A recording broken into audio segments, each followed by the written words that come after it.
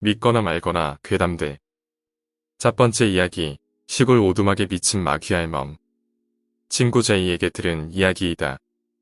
옛날 제이가 살던 마을에는 머리가 이상한 할머니가 있었다고 한다. 함께 살던 아들 부부가 새로 지은 집으로 이사를 갔지만 그 할머니만은 태어난 고향을 떠나고 싶지 않다 라며 마을에 남았다는 것이었다. 그러나 마을 사람들은 방해가 되니까 버리고 간 거야 라고 수군댔다고 한다. 그리고 그 무렵부터 할머니는 미쳐가기 시작했다. 가만히 이야기를 하다가도 갑자기 달려들어 팔을 깨문다. 살점이 떨어져 나갈 정도로 말이다. 그런 일이 몇 번이나 거듭되자 저 할머니는 사람을 음식으로 생각하는 게 아닌가 라는 소문이 마을에 퍼졌다. 아직 아이였던 제이는 왜 경찰에 신고하지 않아요? 라고 물었지만 어른들은 마을에서 미치광이가 나오면 부끄러워서 고개를 못 든다 라고 말했다. 오히려 할머니의 존재를 외부로부터 숨기려고 하는 기색마저 있었다고 한다. 씻지도 않아서 부스스한 머리에 마을을 맨발로 걸어다니는 할머니는 항상 악취를 풍겨서 점점 가까이 다가가는 사람이 없어져만 갔다. 사람들은 항상 낫을 가지고 다니며 할머니가 가까이 오면 더 가까이 오면 낫으로 베어버릴 거야 라며 쫓아버렸다. 그러던 어느 날 3명의 아이들이 놀다가 할머니에게 습격당해 그중 한 명의 손가락이 잘려나갔다. 분노한 아이의 부모는 할머니의 집으로 가서 막대기로 할머니를 여러 번 후려 갈겼다.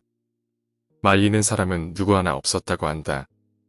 그녀는 우리 아이의 손가락을 먹음직스럽게 빨고 있었어. 결국 할머니는 마을 외곽의 오두막에 갇혀버리고 말았다. 오두막 주변은 밧줄과 철선으로 빙빙 감았고 문에는 튼튼한 자물쇠를 걸었다. 식사는 하루에 한 번 오두막에다 내던지고 화장실은 없었다. 죽으면 오두막째 태워 버리자고. 그것이 어른들의 결론이었다. 물론 아이들에게는 저기 가까이 가면 안 돼 라고 이야기했지만 제이는 딱 한 번 부모와 함께 음식을 가지고 간 적이 있다고 한다. 오두막에 가까이 가자 굉장한 악취가 났다. 안에서는 쩝쩝거리는 소리가 들려왔다. 젠장, 짜증나는구만. 또 똥을 주워 먹고 있어. 오두막에 있는 작은 창문에 주먹밥이 들어있는 상자를 던진다. 오두막에 등을 돌리고 걷기 시작하는데 등 뒤에서 사람이 아닌가라는 목소리가 들렸다. 그리고 며칠 뒤 제이는 친구에게 이런 이야기를 들었다. 너 그거 아냐? 그 마귀알멈 자기 몸을 자기가 먹고 있대. 그 친구는 부모님이 이야기한 것을 몰래 들었다고 했다. 지금은 왼팔과 오른쪽 다리가 없어진 것이었다. 그건 사람 고기 맛에 취해서 완전히 빠져 있어. 이미 사람도 아니야. 그건 귀신이야. 부모가 다른 사람에게 한 이야기였다. 자세한 것을 부모에게 물었지만 아이는 몰라도 된다 라는 대답뿐이었다. 어느 날 밤 어른들은 제이의 집에 모여 무엇인가를 놓고 회의를 했다. 부모와 함께 온 친구는 분명 마귀알멈에 관해 이야기하는 거야 라고 말했다. 친구와 둘이서 조용히 1층에 내려가 귀를 쫑긋 세웠지만 무슨 말을 하는 것인지는 들리지 않았다. 다만 몇 번이고 이제 충분해 라는 말이 들려왔다. 다음날 아침 식사를 하는데 아버지가 제이야, 오늘은 집에서 나오면 안 된다 라고 말씀하셨다. 무슨 일 있어요? 라고 묻자 신을 모시는 의식이 있으니까 아이들은 보면 안 돼 라는 설명이 돌아왔다. 어쩔 수 없이 2층에서 바깥을 바라보고 있는데 할머니의 오두막에서 연기가 피어오르고 있었다. 아버지, 큰일 났어요. 마귀알몸의 오두막 근처에서 연기가 나요. 그러나 아버지는 저건 밭을 태우는 거야. 헛소리 하지 말고 공부나 해라 라며 화를 내셨다. 그리고 며칠 동안 변함없이 오두막 가까이 가는 것은 금지되어 있었다. 그러나 어느 날 친구와 함께 몰래 갔을 때 오두막이 있던 장소에는 아무것도 없었다고 한다. 두 번째 이야기, 수면제를 먹을 수밖에 없는 이유. 저는 불면증을 약 10년 가까이 겪어왔습니다. 그러다가 불면증이란 걸 깨달은 것은 한 3년 정도 되었고요. 증상은 약 새벽 4시에 잠이 들어서 9시쯤 정신을 차리게 되는데 5시간 정도의 수면 시간에서 중간에 깨어나는 건 서너 번 정도입니다. 중간에 깨면 물을 마시기도 하고 담배를 한 대 태우기도 하지요. 어쩔 때는 6시에 잠이 들어서 9시에 깨어나기도 하고요. 이러한 생활을 약 10년 정도 하다 보니 정신적으로 피로해지는 걸 느끼게 되었습니다. 그러다가 결혼 후 이사를 하게 되었는데 집 앞에 신경정신과가 있더라고요. 한번 가봤습니다. 가서 접수대에서 물어봤지요. 불면증이 있는데 여기 다니는 게 맞냐고 말이죠. 그러니까 맞다고 답변해 주시더라고요. 그렇게 해서 상담 진료를 받고 수면제를 처방받기 시작했습니다. 수면제에는 많은 종류가 있습니다. 그 중에 제가 먹는 것의 이름은 모르지만 두 종류의 약으로 하나는 잠이 들게 하는 약과 하나는 잠이 들고 나서 그 수면을 유지시켜주는 약이라고 합니다. 일단 수면제 복용 초기에는 하나만 먹어도 바로 잠이 들었습니다. 하지만 이 약을 먹기 시작한 지 약 2주 정도 지난 후에는 하나를 가지고 잠이 바로 안 들게 되더라고요. 그래도 병원에서는 하나 이상 먹지 말라고 했기에 하나만 먹고 나서 멀뚱멀뚱 있다가 나중에 들어서는 수면제를 먹고 나서 컴퓨터를 하거나 TV를 보거나 하는 등 다른 일들을 하기 시작했습니다. 그러면서 수면제의 부작용에 대해서 느껴지게 되었고요. 저는 마약을 해본 적은 없지만 이러한 것 때문에 마약을 하나보다라는 생각이 들었었습니다. 수면제를 먹고 나면 영화처럼 갑자기 픽 하고 쓰러지거나 하는 건 없습니다. 그냥 조금씩 졸립다는 걸 느끼게 되는데 이때 잠을 자겠다라는 생각을 하지 않는다면 잠을 자지 않을 수가 있습니다. 그때가 되면 정신이 몽롱해지는 게 기분이 좋다라는 걸 느끼게 되는 것 같았죠. 그러면서 무언가를 하게 되는데 이 무언가를 하고 나서 내가 어떻게 잠이 들었는지 기억을 못합니다.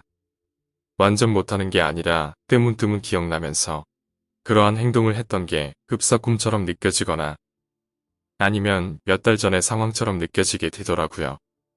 아니면 영화를 본 거 정도의 기분. 제가 제 자신이 아니게 되는 것이죠.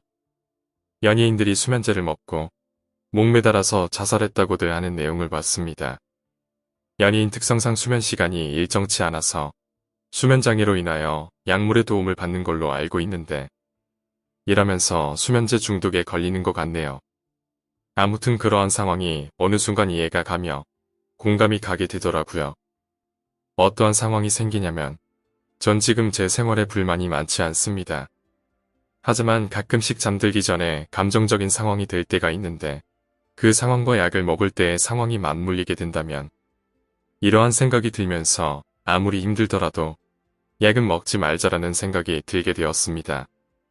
이젠 약을 끊어봐야지 하고 약을 안 먹고 그냥 수면장애인 상태에서 생활을 하게 되었지만 한번 약을 먹기 시작하니까 완전히 끊기가 힘들게 되었습니다. 저도 사회생활을 하는 사람인데 그 다음날이 힘들어질 정도의 수면을 못하게 되는 일이 몇 차례 반복되면 어쩔 수 없이 약을 찾게 되었고 지금은 어쩔 수 없을 때만 약을 먹고 잠을 청하고는 합니다. 그리고 또 무서운 건 저는 무조건 하나만 먹어야지 생각을 하지만 약을 먹은 상태에서 정신이 몽롱해지면 자기 절제가 잘 안 된다는 걸 깨고 나서 느꼈습니다. 이유는 잠이 안 온다고 해서 제가 약을 먹은 것이 한 번에 총 5알까지 먹어봤습니다. 분명히 잠이 들긴 들었는데 다음날 하루 종일 정상적인 생활을 못했습니다. 약 기운에 취해 있던 거죠. 이성적으로는 하나알만 먹어야 되는 걸 알고는 있지만 일단 약을 하나알 먹은 상태에서 잠을 못 잔다면 그 이후로는 제가 절제하기가 쉽지가 않은 상태가 되어버립니다. 그러면서 잠이 들 때까지 약 20에서 30분 단위로 계속 먹게 되고 나중에는 그 사실을 알기에 한 번에 2알씩 먹게 되었습니다. 잠에서 깨어나면 두통이 심하게 몰리며 정신을 못 차리고 내가 몇 시에 언제 잠이 들었는지 기억도 못하게 되었죠. 와이프와 대화를 하긴 했지만 기억을 못하게 되는 상황이 자주 발생했습니다. 그러다가 한 번은 약을 3알 정도 먹고 잠이 든 적이 있었습니다. 그렇게 먹고도 중간에 일어나게 되긴 되더라고요. 일어나서 제가 물을 마시고 담배 하나를 피고 다시 잠을 청하려고 할 때 제가 와이프한테 말을 걸었습니다. 참고로 제 와이프도 제가 일어나서 다시 누울 때 잠깐씩 잠이 깨곤 합니다. 우리 집에 우리 둘만 있는 거 아니지? 이때 와이프가 엄청 놀랐다고 하더라고요. 그러면서 저에게 무슨 헛소리 하냐고 그냥 잠이나 자라고 했더니 저는 이때 했던 말이 집에 이상한 게 몇 개 보인다고 그렇게 이야기를 했었습니다. 그러자 와이프는 어디에 뭐가 있냐고 저에게 묻는데 저는 손가락으로 위치를 가리키고 장소를 말로써 표현해가면서 유난히 더 어두운 데가 있는데 저 자리에 무언가 있긴 있다고 그렇게 말을 했습니다. 저는 아직도 그 상황이 기억에 남아 있습니다. 기억하는 대화보다 기억을 못하는 대화 내용이 많은데 그 상황은 뚜렷하게 기억이 남아 있더라고요. 제가 느낀 바로는 귀신이라고 그러한 생각이 드는 것보다 그냥 무언가 있었다라는 느낌이 강하게 들었고요. 공포스럽다거나 하는 건 없었고 담배를 태우면서도 그냥 궁금증이 조금 생겼을 뿐이었죠. 나랑 와이프 말고도 무언가 집에 있긴 있네 하는 생각을 하면서 말입니다. 실평수 18평인 집에서 단 둘만 사는데 그러한 장소의 집에서 약 7명의 존재감을 느끼게 된 상태였고요. 아무튼 수면제를 먹으면서 여러 가지 일들이 있었고 연예인들이 자살하는 상황에 대해서 이해가 가고 공감을 가질 정도가 되어버리니 먹기가 싫은데도 생활을 위해서 어쩔 수 없이 찾게 되고 수면제를 안 먹고 잠이 들면 피곤함에 카페인을 계속 찾게 되었죠. 이렇게 악순환이 지속되는 생활을 하게 돼서 참 힘들어지네요. 오늘 이야기는 여기까지입니다. 오늘 이야기가 재미있으셨다면 구독과 좋아요, 댓글 부탁드립니다. 댓글은 저에게 큰 힘이 됩니다. 감사합니다.